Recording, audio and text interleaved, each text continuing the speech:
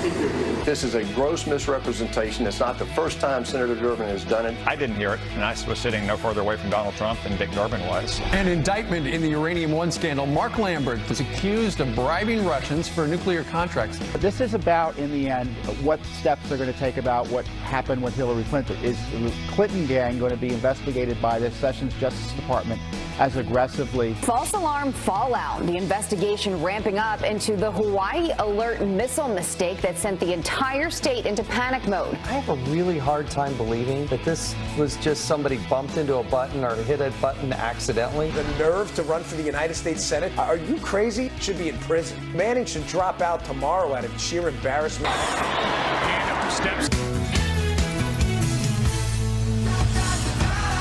Look back in his life, looked at, especially today. Sure. And, of course, today is a federal holiday, but it looks as if there's a possibility the federal government could actually close down maybe as early as Friday, because technically the government is going to run out of money. So the big question in Capitol Hill is deal or no deal? Will the president and his party be able to reach across the aisle and come up with something with the Democrats? Keep in mind, to get this funding bill passed, a number of Democrats have said they've got to have a DACA deal. Well, yesterday, there you see the President of the United States going to his fancy golf course, Trump International in West Palm Beach, with Kevin McCarthy, the House Majority Leader, and he was asked by reporters who were right there, so, Mr. President, can you deal with the Dems on DACA? And here's what he said. Honestly, I don't think the Democrats want to make a deal. I think they talk about DACA, but they don't want to help the DACA people. Now, we used to say the DACA children, but the children aren't children. You have a lot of sticking points, but they're all Democrat sticking points, because we are ready, willing, and able to make a deal, but they don't want to. They don't want security at the border. We have people pouring in. They don't want security at the border. They don't want to stop drugs. And they want to take money away from our military, which we cannot do. So those are some of the sticking points. So right now at the border, people are saying, oh, what's the big deal? Is crossings down 45%? That was originally. But now that nothing got done legislatively, as the Homeland Security Secretary Kirstjen Nielsen said yesterday, they're back up, because they watch our news too, and they see how ineffective the border security policies have been because the money has not come in. And they need 53 miles. Just to get that started, you need $1.8 billion. So the president thought he had the makings of a bipartisan deal. On Thursday, it blew up by Thursday afternoon, and then it actually descended down into talk of race about comments that the president may have made behind closed doors. But it also resulted in Nancy Pelosi saying, look, we want a clean DACA deal. That they feel they have leverage. Right, but that means there's no deal, because the president laid out in that meeting earlier in the week on Tuesday what it would take to get a deal. You can get certainty for the DACA recipients if you help fund the wall, end chain migration, and the diversity visa and get rid of the diversity lottery program. And I think the president makes a great point. I think he's being really honest here. I think he does want a deal.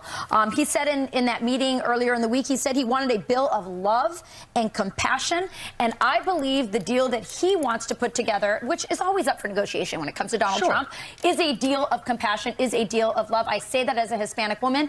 He is the only one saying, I am going to give certainty to the DACA recipients, something, by the way, that even Obama didn't do, because that executive order was not law. It was not certainty for them. So he's willing to do that. But he says, look, we also want to make sure that this we don't have another generation of kids who are caught in the middle, caught in this terrible situation. And in order to prevent that, we've got to deal with our border security. And finally, I think that his bill is compassionate because it thinks about Americans. And he's saying, look, we got to stop the meth, the heroin that's coming over. Well, the president doesn't have it outlines. Well, he has the framework for a deal. Right. And which is from the House Republicans. Correct. Which outlines all those things. And rather than talking about that today, so many people on the television over the last, 72 hours have just been saying, well, if he said what we heard he said behind closed doors, then he is a racist guy. And he was asked about that last night in West Palm as well, and he said this. No, I'm not a racist. I am the least racist person you have ever interviewed. That I can tell you. And the reason I said if he said it, because now there are, in that same montage of sound bites, Sure. he said, did you hear what those two senators said? If you didn't hear what those two senators said about whether or not the president said it, we got that too. Listen.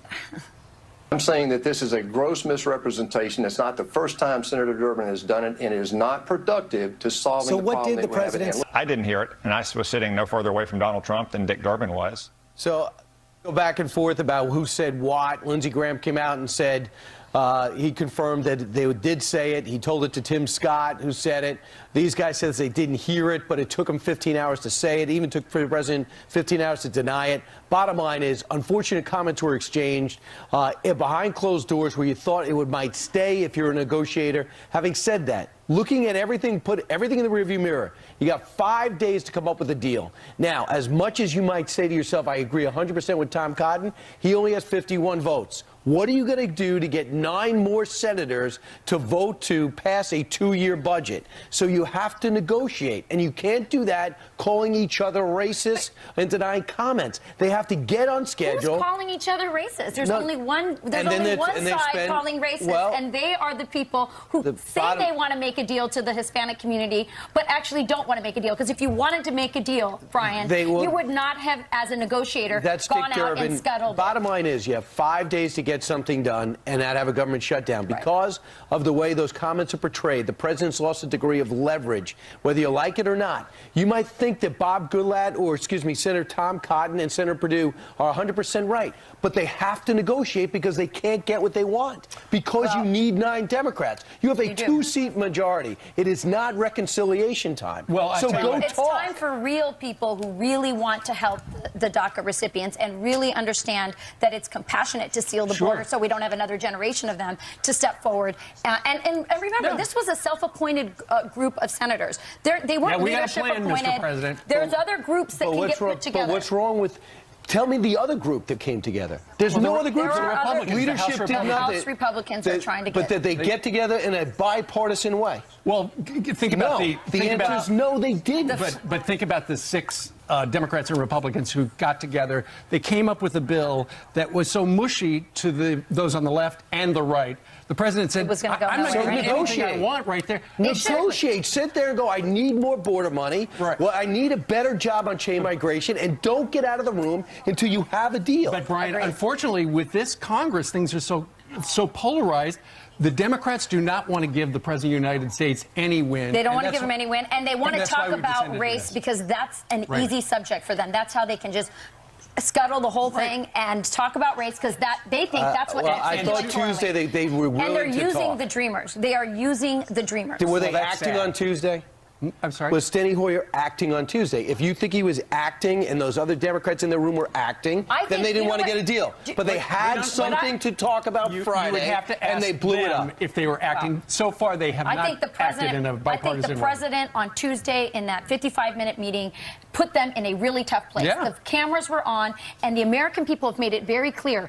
The reason why the Dreamer situation hadn't been solved in the past was because the American people said we care about them, but we also want to make sure we solve the problem so it doesn't happen again. The only way to do that is for everyone to come together, and I think the president said, even on his Twitter account this weekend, I want to make a deal. Here's the framework. Make it happen. Sure. Well, they're all supposed to get together 2 weeks from tomorrow for the State of the Union, but so far 4 Democrats have said, including John Lewis, said, you know what, given the president's comments, not gonna go. It's not surprising. He's going out of his way to call the president illegitimate. He said the Russians put him in. But now he's saying he's a racist It would be because of what... He called him it would be a racist. bigger story if John Lewis showed up.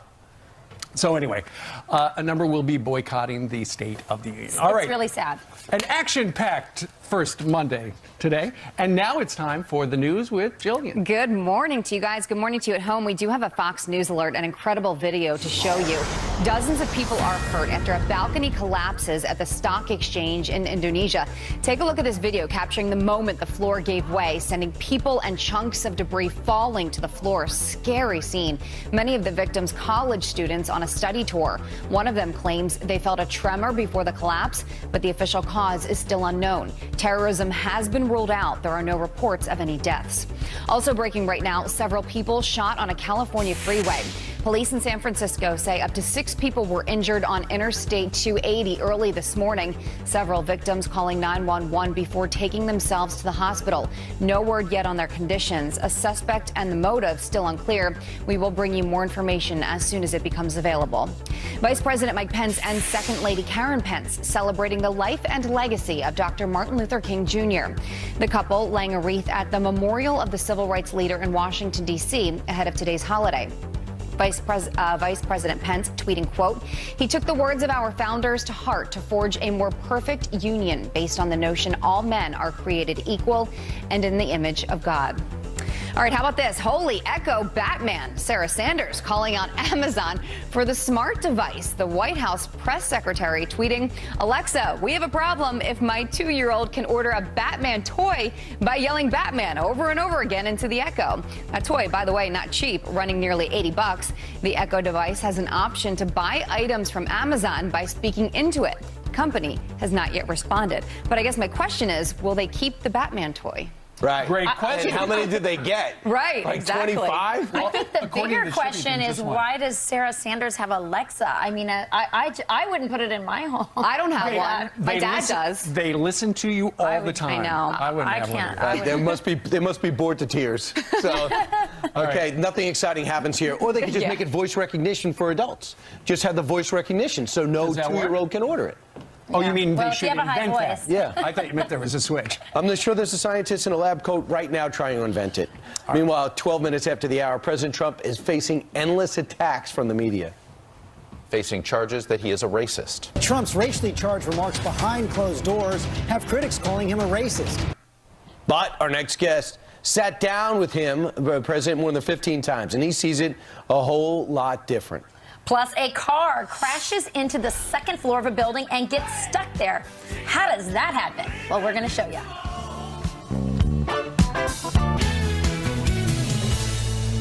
A week that began with President Trump feeling he needed to prove he was mentally fit to handle his job, ended with him facing charges that he is a racist. Trump's racially charged remarks behind closed doors have critics calling him a racist. Supporters scrambling for explanations. What people need to know is that their president isn't judging people based on the color of their skin. Well, despite the constant attacks, our next guest argues the president is not the man described by the media over the weekend.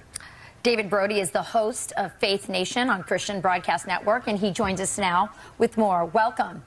Thanks for having me. And this is Martin Luther King's day. You know the president well. Tell us, who is the president that you know versus the one we're seeing in so many of the media coverage? Well, folks, look, he may be politically incorrect, but to call him a racist is a bit ridiculous, quite frankly. Look, I've interviewed him roughly 15 times. I think it's north of 15. I interviewed him 9 times on the campaign trail, once as president of the United States. Talked to his family, talked to people that know him well. They'll say what the media is doing, describing him, is nowhere near what he's like at all. Now, important to note, that clip, that montage you just played, I was on Meet the Press yesterday, and they kind of cherry-picked all these clips. But I got to tell you, what about in 1986 when he won an award, the Ellis Island Medal of Honor Award for Diversity and Tolerance? By the way, who also won that award? Rosa Parks, Muhammad Ali, they were all right there together. There's a picture and everything. So that's not part of their narrative, and there's a lot of other elements as well not part of the narrative, too. Well, David, how do you square with what he may or may not have said? Because we've got 2 U.S. senators who were there, said that he didn't say that, or it was a gross misrepresentation. Then you've got the Secretary of the Department of Homeland Security said she didn't recall it. Is there a difference regarding that? It does appear that the wordage may not be exact, but the words kind of added up to that, they say. Well, as you say, wordage, a derivative of that word.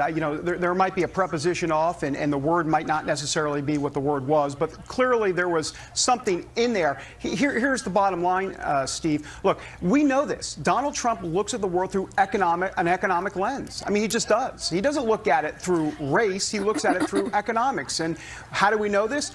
You know the situation. If this was Norway, if Haiti was Norway. You think he wouldn't give Norway a piece of his mind as well? Of course he would. He's an equal opportunity offender, if you will, and race is not the issue at all. The issue is he thinks things can be done better, and he wants to make sure countries are put in a better state. He's not making not making Haiti great again. He wants to make America great again. But if he was running for president in Haiti, he'd want to make Haiti great again. Right. As Mia Love brought up yesterday, she says, my parents voted for him. She's African-American congresswoman from Utah, whose parents are from Haiti.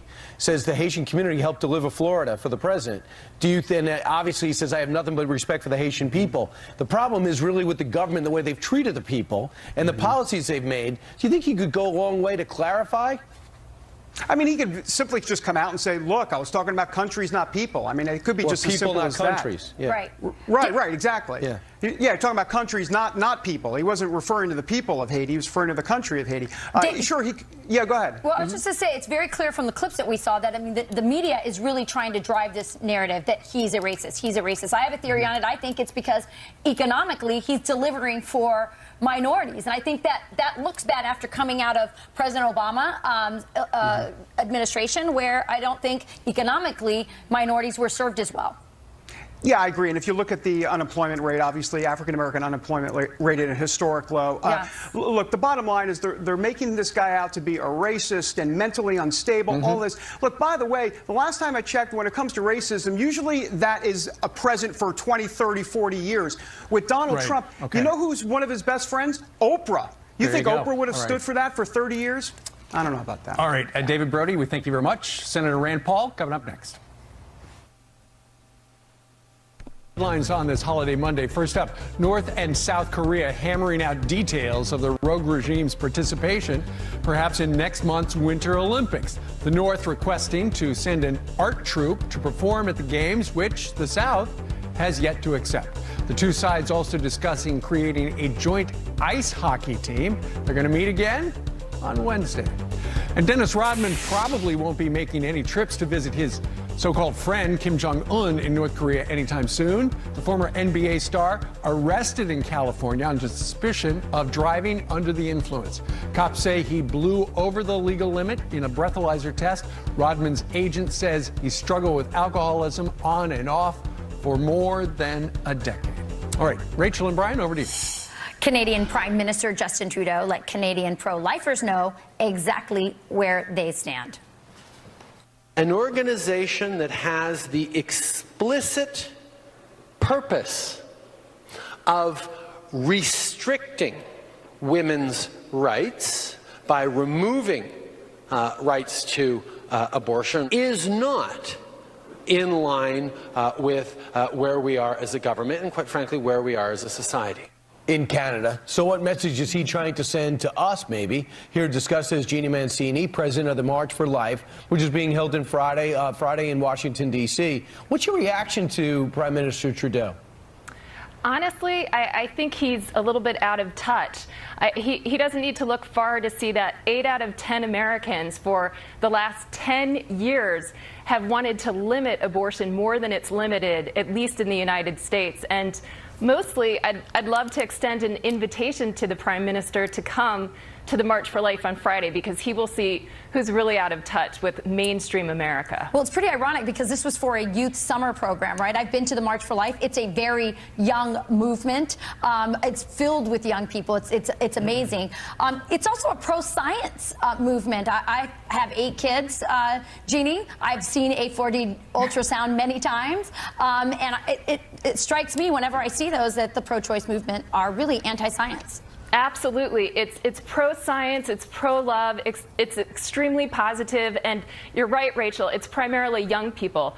We are literally the largest human rights demonstration that happens annually around the world, and we're 45 years strong. I mean, it's astounding when you consider that we've lost over 60 million Americans to abortion. And to the Prime Minister, I just would really want to talk to him about this is the most significant human rights abuse of today. But isn't it also in Canada? I mean, Canada. What happens in Canada often comes down to us. I mean, this is an effort to silence pro-lifers, isn't it? I mean, this is a sign of intolerance. You can't, if you have a pro-life view, you're not welcome to share it, or else you're kicked out of this program.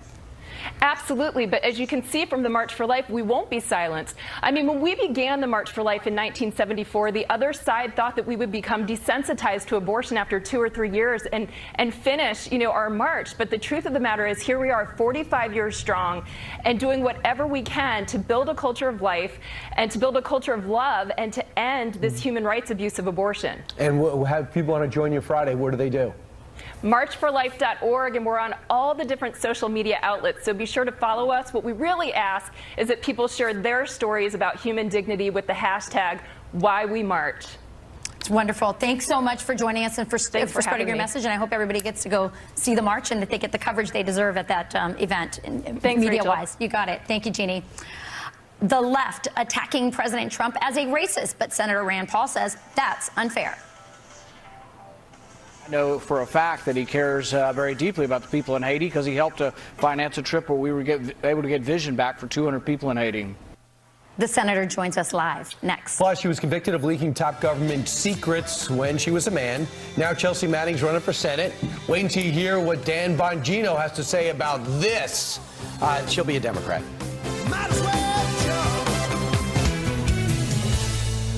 The President of the United States is racist. We now know that we have in the White House someone who could lead the Ku Klux Klan. We grapple every day with what it means to have a president stained by racism. We've come so far, we made so much progress, and I think this president, is taking us back to another place. I think he is a racist. So there you've got some of the Sunday morning talk yesterday about the President of the United States referring to him as racist, given what he may or may not have said behind closed doors. Let's bring in a Republican senator from Kentucky. Rand Paul joins us right now from Bowling Green. Senator, reportedly behind closed doors on Thursday, the president said something about Haiti and some other countries. And he has since been accused of being racist because of those comments. Tell us what the president, then businessman Donald Trump, did for your organization regarding Haiti a couple of years ago. We know all these crazy, over-the-top criticisms or accusations against the president don't fit with the president that I know. When I went to Haiti a few years ago, I went on a medical mission trip, and we did cataract surgery for about 200 people who were largely blind before their surgery. I asked for donations before I went on the trip, and one of them was to businessman Donald J. Trump, who not only helped with the trip to Haiti, but also helped with a previous trip that we took to Central America. So really, I think it doesn't do anybody any good. It's, there's a name for this. It's called ad hominem. It's attacking the person. And so nobody wants to be called a racist. Yesterday, because I mentioned these medical mission trips on a Sunday morning program, Twitter was filled with hatred towards me, wishing me violence. I'll bet you I read 24 tweets wishing me violence. I read a half a dozen, maybe couple dozen more calling me a racist. And so it really doesn't make the dialogue any better in our country. In fact, I think it makes it more likely for there to be violence out there if we're talking about how we hate each other when, in fact, it's not really true. Senator, a couple of things I think are significant. Number one, just ironic, the reason why people thought Donald Trump would be such a strong presidential candidate is because so many minorities, he rated so high with minorities, especially African Americans, when he was in the private sector and when he was host of The Apprentice. That seemed to have switched when he came out and officially became a Republican. But where we go from here, I think, is key. What do you think happens? The blow up on Thursday, the reaction on Friday, the weekend people just vent. So we got till Friday to fund the government. What do you hear could happen? How does this play out? I think the immigration debate is sort of separate, hopefully, from funding of the government. But that's a question. Will the Democrats hold up spending and funding of the government over this issue? I've always still thought immigration was going to be settled separate from the spending issue. I still think it will be and should be.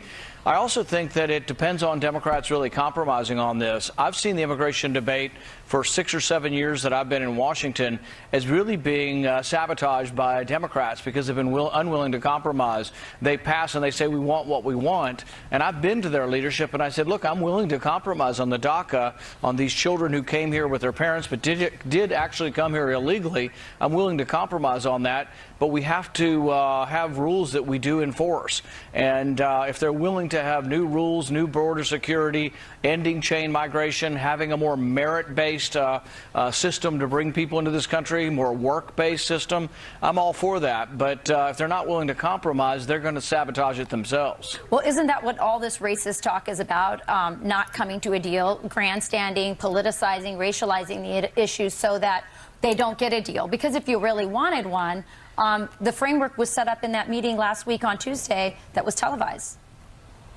Senator? Well, the thing is that, you know, we can have disagreements based on policy, but once we make it attacking the person and calling a person a racist, it kind of destroys the dialogue. And if Democrats only care about destroying the dialogue and care about playing the race card in the election of 2020, and we're going to do this for 3 more years now, I think the people would rather us have a civil discussion, have some disagreements, have honest debates. Look, I have honestly debated the president. I've opposed some of his appointments.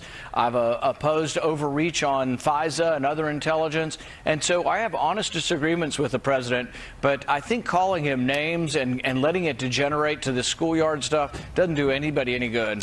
Yeah. Senator, you just mentioned FISA. Intel chair over in the House, Devin Nunes, says that he has seen with his own 2 eyes that apparently the FBI and the Department of Justice abused the FISA rules. And he has not really specified exactly how, but nonetheless, this is one of the things that he's worried about. It's one of the things that you're worried about, how our government spies on Americans. Yeah, the FISA program I actually do favor. This is spying on foreigners in foreign lands. We do this to protect our country. Apparently, there's a great deal of value in it, and we find out a lot. But what also happens is as millions of Americans are caught up in the system, either accidentally or incidentally, all I'm asking is that we don't look at the Americans' information without a warrant. Now, if an American's talking to a terrorist, obviously they get caught up, and I have no problem with that. What I'm talking about is that the database just has millions and millions of people in it, and you going and typing in Americans' names. We shouldn't be able to do that. We also shouldn't be using it for domestic crime. And I think that's a real problem. It's collected without the Constitution, which is fine for foreigners in foreign lands. But if you're not going to use the Constitution to collect the data, it shouldn't be used domestically for domestic crime or accusations of domestic crime. So, Senator, here's a scenario. It actually really happened. You have this guy who came on chain migration, but he's here legally. He decides he loves ISIS, and he's going to run over people on a bike path on Halloween. We want to quickly find out who he spoke to. If we of course don't know who he is, but we can go back through his phone records and find out who he spoke to, were there any international conversations going. If we don't take them all in, would we be able to unwind who he spoke to? Well, here's the thing is, we're not talking about blocking any information that is collected. So we're not saying block the information that's collected. We're just saying to search it. You know, if somebody's smoking pot in New York City, we don't want them searching a database on foreign intelligence to convict somebody of smoking pot. That's what we're talking about. We're not talking about if this terrorist, the guy that did mow down people in New York, instantaneously people are looking at his phone records, and we're all for that. And it really probably wouldn't be part of FISA, though, because FISA is on foreign terrorists. What would happen immediately, and probably did in this case, is within 30 minutes or within minutes, somebody's calling a judge and saying, we've found this guy who just killed 10 citizens, and they're looking at every bit of his phone calls within 10 minutes, probably, though, with a warrant. And warrants really it's a step to keep checks and balances. Look, at the FBI right now, we have somebody who he and this Peter Strzok and his mistress were talking to somebody named Andy, perhaps the second in charge of the FBI, about fixing the election and keeping Donald Trump from being elected. That shows that men and women can be biased, and we need more oversight, not less oversight. And also the worry is, with the Americans' names masked, if somebody unmasked it, like reportedly happened at the end of the last administration, that's very troubling. Senator, thank you very much.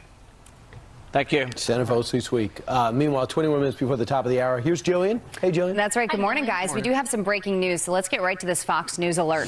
One woman is dead following a casino boat fire off the coast of Florida. A hospital now confirming the woman became ill hours after the emergency, but it's unclear how she died. 50 people were on the boat when it went up in flames, forcing dozens to jump ship off the coast of Port Richey. Police say the Santa Cruz casino boat experienced an unexpected engine issue. 14 other people were hurt. Incredible video of a speeding car going airborne, slamming into the second floor of a building. Just watch this. Surveillance video shows the driver hit a divider in the street before launching into the air and sparking a fire in a dental office in California. And take a look at the aftermath. The car stuck inside the front of the building. Both people in the car were treated for minor injuries. The driver was arrested and told police he was on drugs. Government secrets leaker Chelsea Manning is running for Senate in Maryland. Them anymore. We can do better. You're damn right we got this. The transgender former soldier confirming her candidacy on Twitter with the hashtag #WeGotThis. She will run against Senator Ben Cardin in the Democratic Party. Dan Bongino, who ran for the same seat in 2012, is outraged. If she gets one vote there, this is a total mess. I mean, no position running for the United States Senate at all. Should be in prison. Manning spent 7 years in prison for leaking classified government documents. Former President Obama commuted her 35-year sentence. Just call it a miracle in Minneapolis. The Minnesota Vikings punching their ticket to the NFC Championship. As I mentioned, will take on the Eagles for the NFC Championship. And you guys got you're predicting? Eagles. Hello. So Eagles. Is that even a question? Eagles, Patriots, or Jaguars? I would. God, can we just knock the Patriots out of this thing? I'm sorry, everyone in Boston and New England. I apologize, but they don't need another one. Okay, Right. They got plenty. Okay, someone fair. tell Tom Brady he doesn't need another one. All right. Meanwhile, where's Janice Dean when we need you? She's right outside. Where it's cold. I know, it's so cold. We had fans like 5 minutes ago, and they went back to the hotel room. Come back. Keep me warm. Let's take a look at the temperatures because, man, it is cold out here again today, especially across the East Coast and the Midwest and the Great Lakes. As far south as the Gulf Coast, where they're going to be getting some snow from this Clipper system. So that's the last 12 hours. Not a big storm, but it certainly could bring the potential for snow from anywhere from Houston to Corpus Christi all the way up towards those Great Lakes. And then we're going to watch the possibility for this snowmaker to move in towards the Northeast, including New York City tomorrow night into Wednesday. Thank goodness for winter storms, because without them, you wouldn't need me. But then again, it is winter.